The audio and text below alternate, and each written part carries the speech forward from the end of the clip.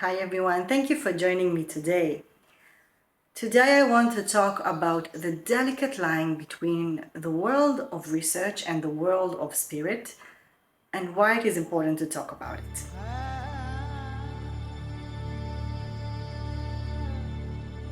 So what we're doing today, we're actually taking a step back from what we're usually talking about, either symbols or mythologies or traditions, because I came across a phenomenon that I think it's important to address. A lot of researchers, such as myself, that conduct the researches in the university or the academia, we're sharing many of the things that we come across in our research online in different videos. And I'm starting to see two things that are, I think, a bit complicated and we need to talk about them. The first is people that are very, how should I say that, emotional when they understand that the world of research will not give them the same answers that a certain religious paradigm will give them. I would like to give an example. For example, if there's a tradition about a certain artifact that was touched by an angel and then was given to someone and performs miracles, this is a certain belief. If the world of research, even the one that is dealing with mysticism or magic or symbols in magical Jewish art like I'm doing, will go to research the phenomena, obviously their academic conclusion wouldn't be yes, it has happened. They will approach a human phenomena from many different aspects. Folklore, the way that beliefs are evolving throughout the generations in a certain society.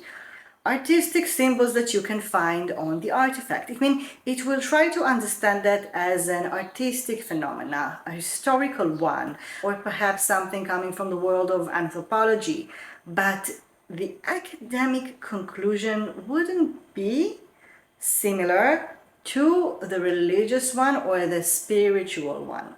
Now, the question if a spiritual world and a religious one are the same, this is a completely different question that could also be a base for a research. But many times when I see researchers that are analyzing some sort of a phenomena from their point of view, the academic point of view, they get a lot of comments for people that are really taking this to their hearts, the fact that they're giving them answers that are different than what they know or believe. Now, a person's faith is completely personal. What a researcher is doing is trying to illuminate a certain phenomena in order to learn something about societies or histories or the way that ideas evolve. This is what we do. And when you go and study things in a prism that will allow you to conduct a research, sometimes, many times to be honest, you will come to a conclusion which is different than the spiritual or the religious one. A researcher that is sharing a phenomena with you has spent a lot of time researching it. They gather the information, they sat for hours, they talk to other people that are also looking into those phenomena.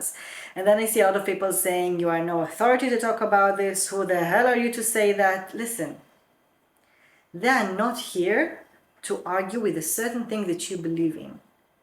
They are here to view something in a larger scale as a phenomena.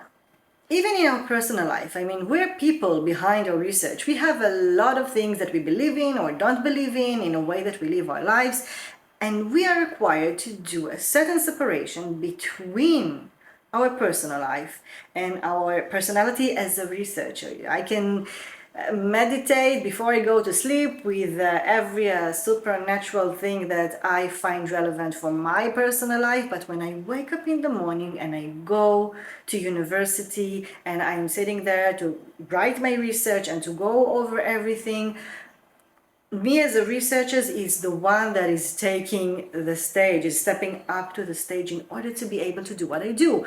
And I have a lot of friends from different religions and different religious backgrounds and different beliefs. And when they come to write their research, regardless of what they believe in their own personal life, when they are conducting their academic research, this is who they are.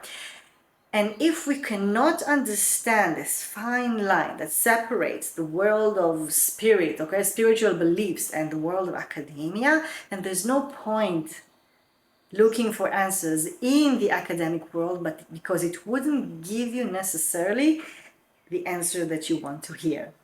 Going into an argument with someone that is talking about something from an academic point of view and then someone coming from a certain spiritual point of view, it's pointless because these are two different languages. It is true that we are looking into things that we see as phenomena in the world of ideas evolving spiritual beliefs, but it's not like we're trying to prove them or disapprove them.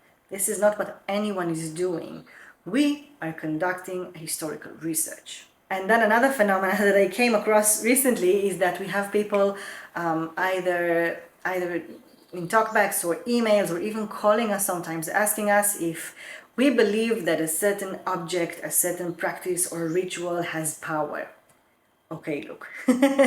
First of all, I would like to believe that no responsible person, not even just someone in the academia, would give you such an answer. Because again, your personal life and your faith is something very personal. But what we do in the academia, we don't take a magical staff from Harry Potter and then looking into the microscope and trying to see if it works. It's not what we do. I wish I would do my PhD in Hogwarts, but I don't. But anyway, again, this is not the research. And a responsible academic researcher will never give you an answer regarding any of those. It's not what we do. We are not spiritual teachers or gurus or teach any courses, not like those. And then again, as a person, sometimes I feel that when we are being approached with people asking us questions about certain spiritual things, I have the feeling that they're going through certain things in their own lives.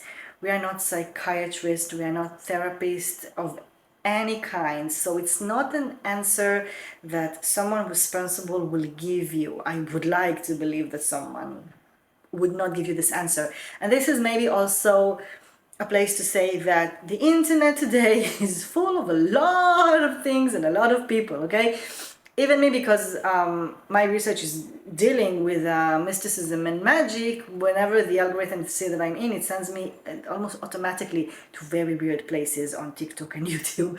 So listen, there are a lot of people out there saying a lot of things about different topics. Use your common sense and your instincts. If something doesn't feel right, if you feel that you're coming across a content which is not for you, don't have to watch it. You don't have to listen. Also in the world of research, by the way, if there is something that you don't want to hear about, don't listen to it. I mean, seriously. Choose the content that you wish to consume. Now, I don't know if there are any parents watching those videos, especially if you have teenagers, because usually this is the time when they start to look into spiritual worlds. Now, I obviously do not encourage you to invade the privacy of your teenagers. It is very important. But if you know that they have a tendency to look into those things, try at least and talk to them to see what's going on, what they're watching, what they're listening to, because there are a lot of things out there, and use your common sense. If it's not for you, if it's weird, if it makes you uncomfortable, don't watch it. Go do something else. Look for other content. There are tons of things out there. I hope that this is helping to point out certain differences between what we do and what some people think that we do, and also about yourselves and trusting yourselves and what you choose to have as part of your lives and not, especially when it comes in the form of content online. I would love to hear your thoughts. Thank you so much for listening, and I will see you next time.